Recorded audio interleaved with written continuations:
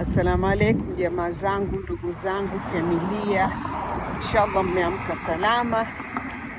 Nimekuja leo hapa tukumbushane tu kuhusu mambo ya mazoezi. Okay?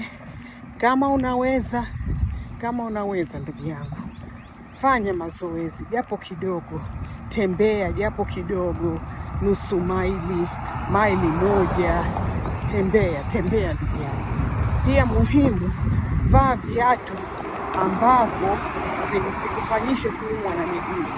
Wakati mwingine tunavaa champali, unajua wakati mwingine vinakuja. Kama ndio viatu ndokuwa navyo hizo champali, nenda taratibu kwa sababu ya mawe, usije ukajikwaa ukaumia vidole. Unanifahamu ndugu yangu? Lakini fanya mazoezi. Kama huwezi kutoka na nyumba yako inaua, zunguka ndani ya nyumba yako.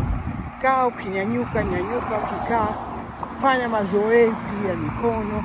Katika video yangu nao video moja na kuonyesha mazoezi ya kufanya japo kama umekaa juu ya kiti. Lakini ndugu yangu, usijitupe.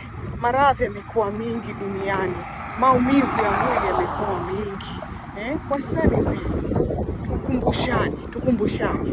Kama unaweza, nyanyuka ndugu yangu, ufanye mazoezi japo kidogo. Halafu usisahau kunywa maji. Sahau ile juisi wachilie mbali. Kunywa maji ndugu yangu. Haya, tutaonana tena Mungu akipenda. Mambo kukumbushana.